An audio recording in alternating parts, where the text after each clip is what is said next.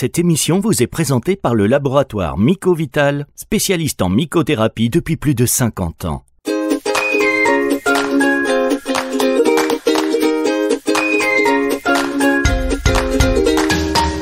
Bonjour à tous, bonjour à toutes et merci d'être avec nous sur NutriCast, première plateforme de streaming audio consacrée à la phytothérapie, à la micronutrition. Vous écoutez également cette émission sur Nutri Radio, première radio française consacrée à la nutrition, à la micronutrition, aux thérapies non médicamenteuses. Vous êtes de plus en plus nombreux à nous écouter, on est très contents.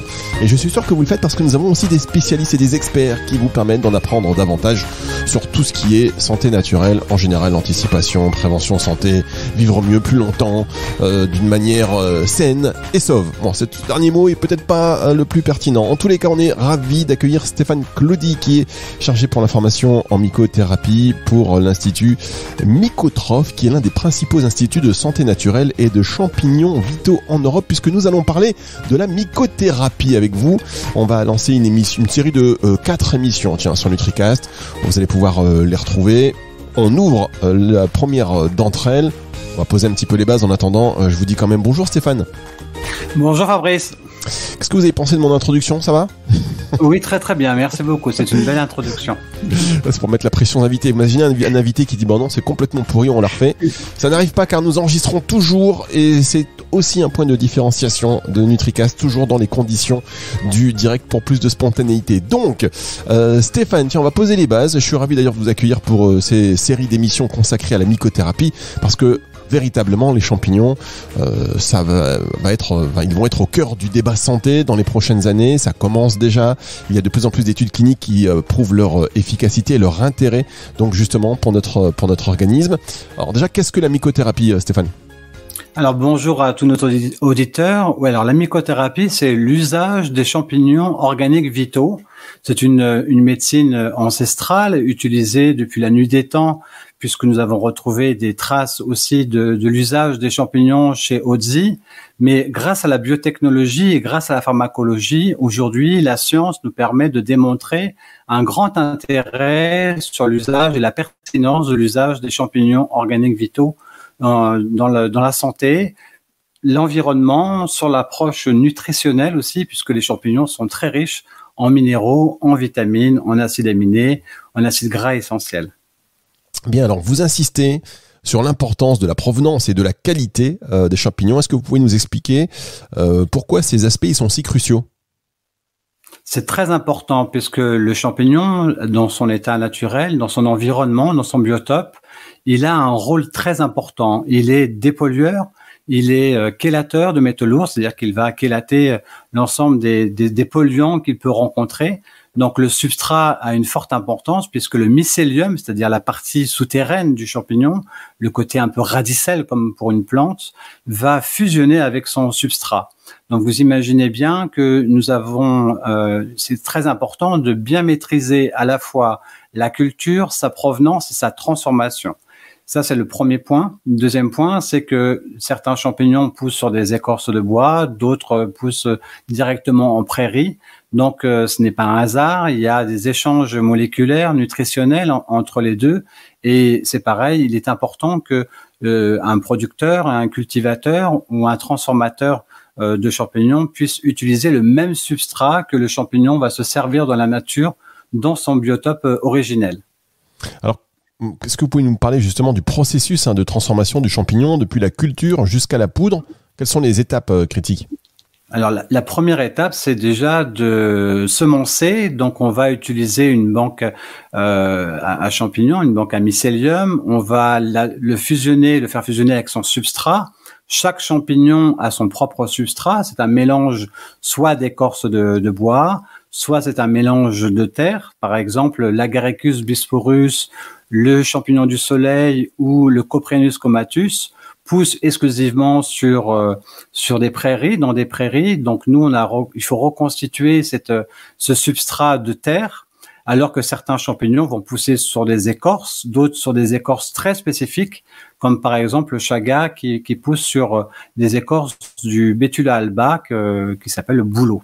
Donc ça, c'est la première chose. On va semencer, on va attendre le processus de fusion entre les semences, entre le mycélium et son substrat.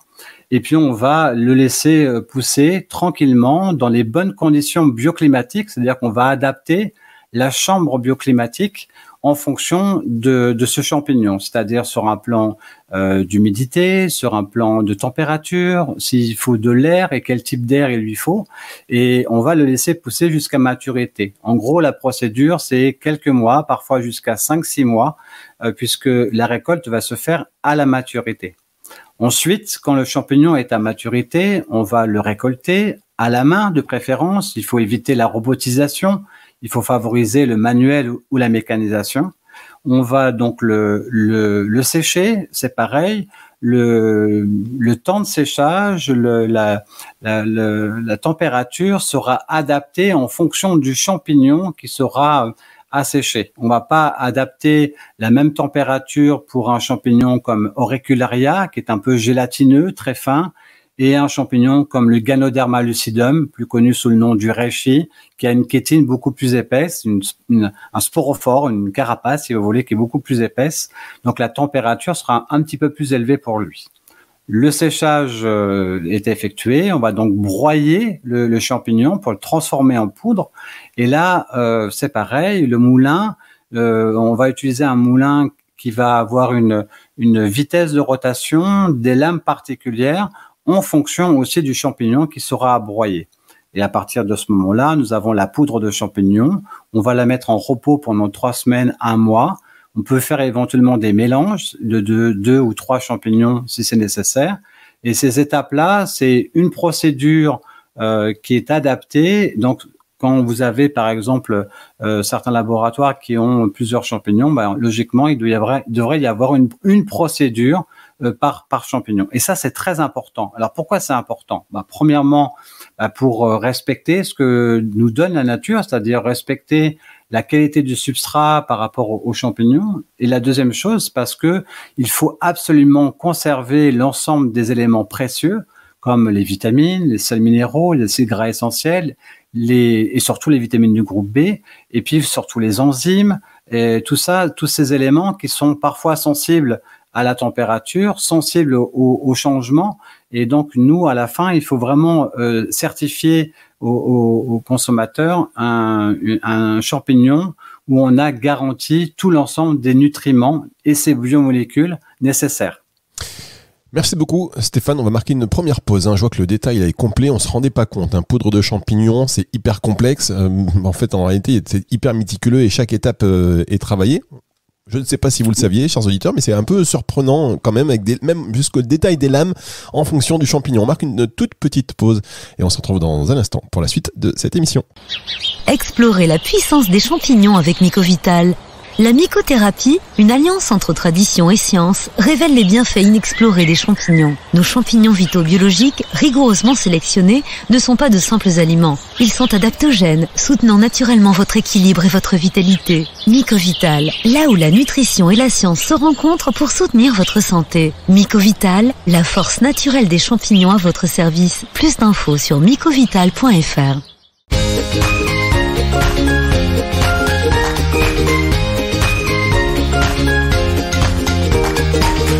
La suite de cette émission NutriCast que vous écoutez peut-être sur le live de Nutri Radio avec Stéphane Claudy qui est chargé pour l'information en mycothérapie pour l'Institut Mycotrophe, l'un des principaux instituts de santé naturelle et de champignons vitaux en Europe. C'est vrai que la mycothérapie, on en parle. C'est une série de 3 ou 4 émissions qu'on va faire ensemble sur NutriCast à différents moments. C'est la première. Vous êtes revenu sur ce qu'est la mycothérapie. Alors ça, on pouvait un peu s'en douter. Après, par contre, sur le détail de la transformation du champignon, là, on pensait pas quand même qu'il y avait tout ça. J'imagine que c'est les acteurs vertueux qui... Voilà, ça, c'est les bonnes pratiques, on va dire, pour assurer aux consommateurs de profiter des effets santé des champignons. Est-ce que vous pouvez redéfinir pourquoi il est important d'utiliser la poudre de champignon entier ou le totum? Pourquoi elle est cruciale et pourquoi l'ensemble des composants actifs du champignon dans leur matrice naturelle, il faut les préserver à tout prix? Premièrement parce que aujourd'hui, même si la science a énormément évolué et que la biotechnologie nous permet d'isoler et de mieux comprendre les mécanismes d'action d'un champignon, il reste encore un petit peu on va dire dans un, comment je pourrais vous dire ça? On a encore aujourd'hui des interrogations sur un ensemble de métabolites. Ça veut dire que sur 1000 composants que contient un champignon, aujourd'hui, on a une connaissance sur une centaine de composants. Et donc, ça ne veut pas dire que les 900 ne sont pas intéressants. Ça veut dire que les 900, pour l'instant, nous, en biotechnologie ou les mycologues n'ont pas encore bien compris les indications thérapeutiques et l'intérêt de ces autres molécules. Ça, c'est vraiment le point important. Et vous avez des molécules qu'on retrouve aussi dans le mycélium. On retrouve des molécules dans le sporophore, donc la partie aérienne du champignon, la partie visible, ce qu'on appelle vulgairement le champignon. Donc, c'est vrai que dans le mycélium, vous avez tous ces éléments qui nous permettent d'échanger avec la nature, être en symbiose complète avec la nature. Mais le sporophore, la partie pied et chapeau, lui, il va les conserver, si vous voulez, il va les concentrer à l'état naturel.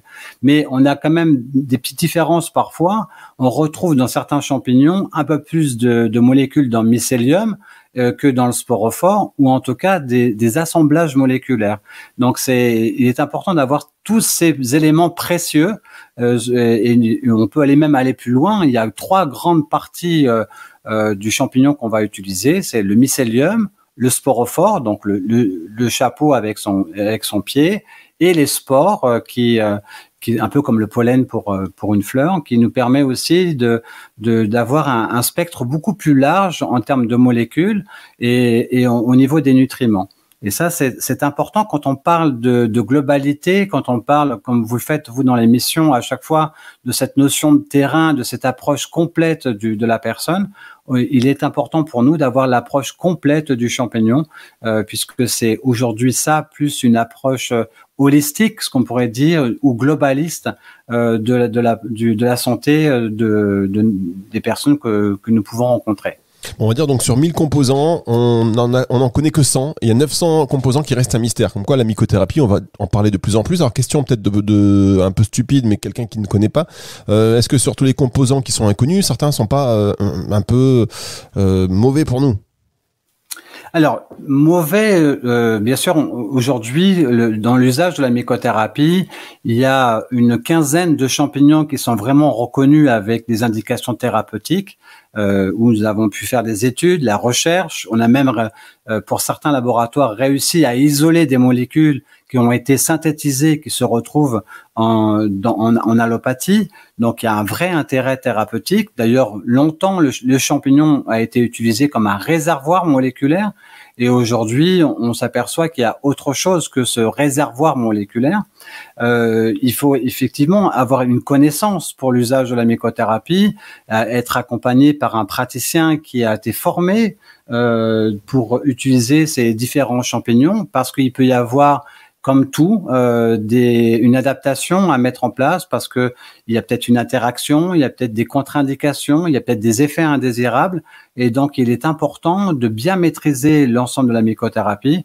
Donc tout praticien aujourd'hui vont pouvoir faire des formations dans l'usage des champignons organiques vitaux pour compléter leur arsenal thérapeutique naturel. Alors merci beaucoup pour ces précisions. Parlons un peu des biomolécules spécifiques. Comment les triterpènes et les polysaccharides influencent-ils la santé? Vous pouvez peut-être rappeler aussi ce que sont les triterpènes et les polysaccharides un petit peu en préambule. Alors, et d'où l'intérêt encore une fois du totem, parce que les triterpènes sont assez sensibles à la chaleur, donc il faut absolument bien maîtriser encore une fois la culture et l'ensemble des procédures du champignon. Les polysaccharides sont assez connus, nous on appelle ça vraiment les glycoprotéines. C'est vraiment un ensemble, c'est une grande famille de sucres complexes, et en fonction de son poids moléculaire, ils auront des indications thérapeutiques différentes.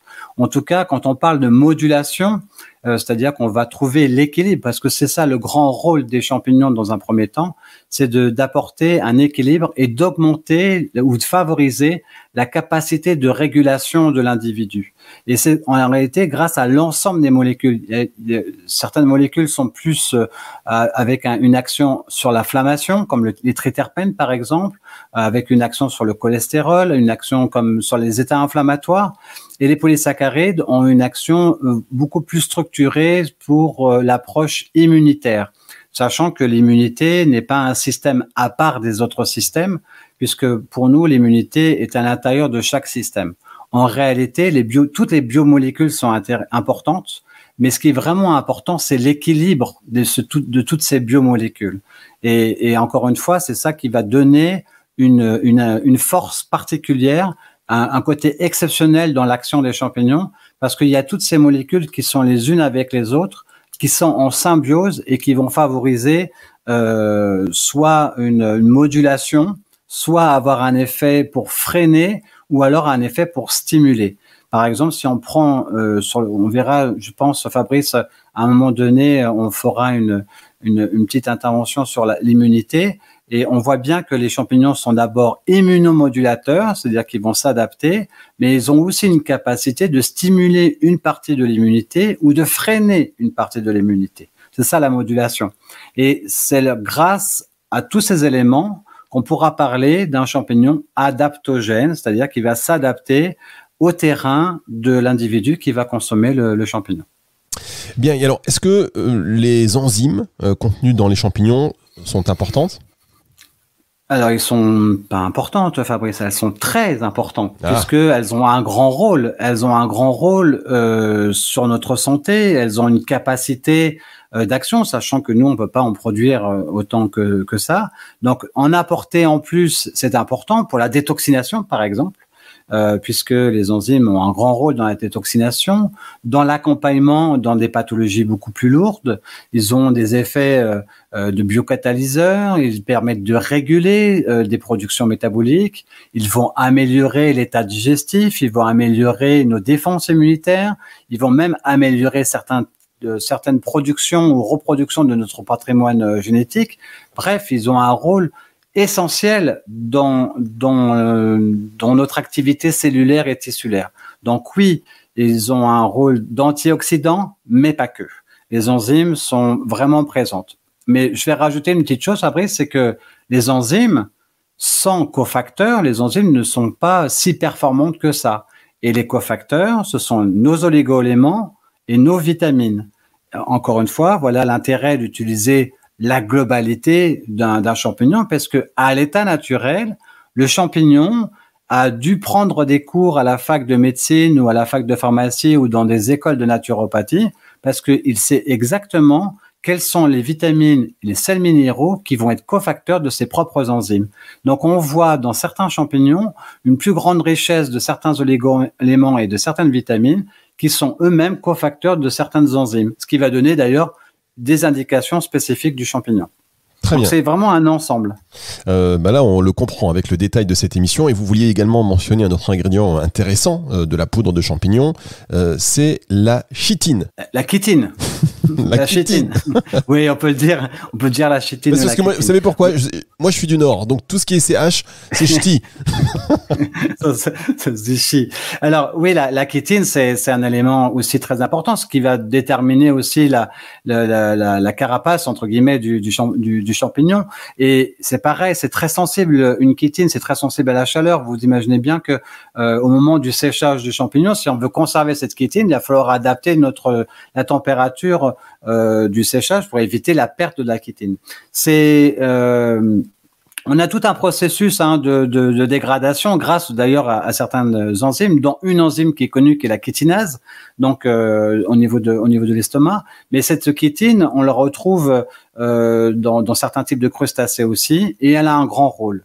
Et ça va être un des points communs d'ailleurs de l'ensemble des champignons, c'est d'agir justement sur tout ce qui va être lié au métabolisme, et principalement sur les lipides ou le cholestérol. D'ailleurs, nous, quand nous accompagnons les praticiens de santé, on leur dit, si vous nous parlez d'un individu qui a du cholestérol, ce qui nous intéresse, nous, c'est quel est le type de l'individu, quelle est cette notion de terrain, pour mieux comprendre pourquoi aujourd'hui il a du cholestérol. Parce que on pourra adapter une synergie de champignons, non pas en fonction uniquement de son cholestérol, mais surtout en fonction de son terrain.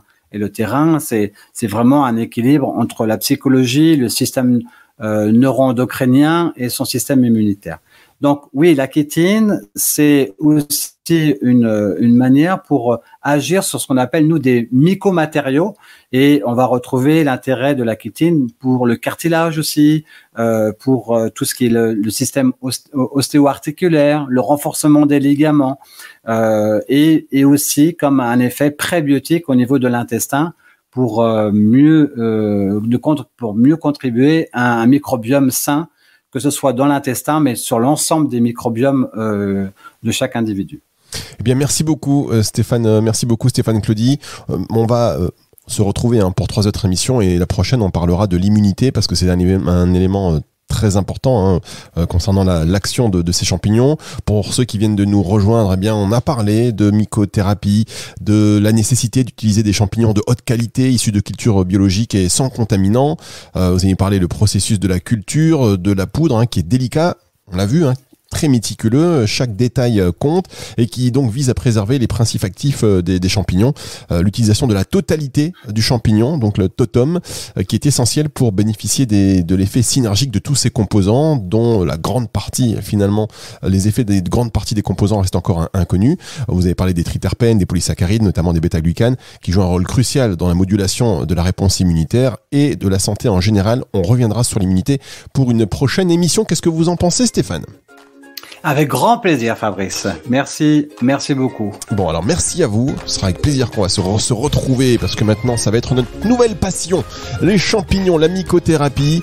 Et le regard que vous avez sur ces champignons va forcément changer. Et puis surtout, vous allez vous dire maintenant, quand vous allez en acheter, quand vous allez vous en procurer, vous allez pouvoir un peu connaître le détail de la qualité pour un meilleur effet. On en reparle très vite donc avec Stéphane Claudie sur Nutri Radio et NutriCast, émission que vous retrouvez si vous êtes sur live de Nutri Radio, un podcast dispo tout de suite après. N'hésitez pas à l'écouter, à la partager. On se retrouve très vite.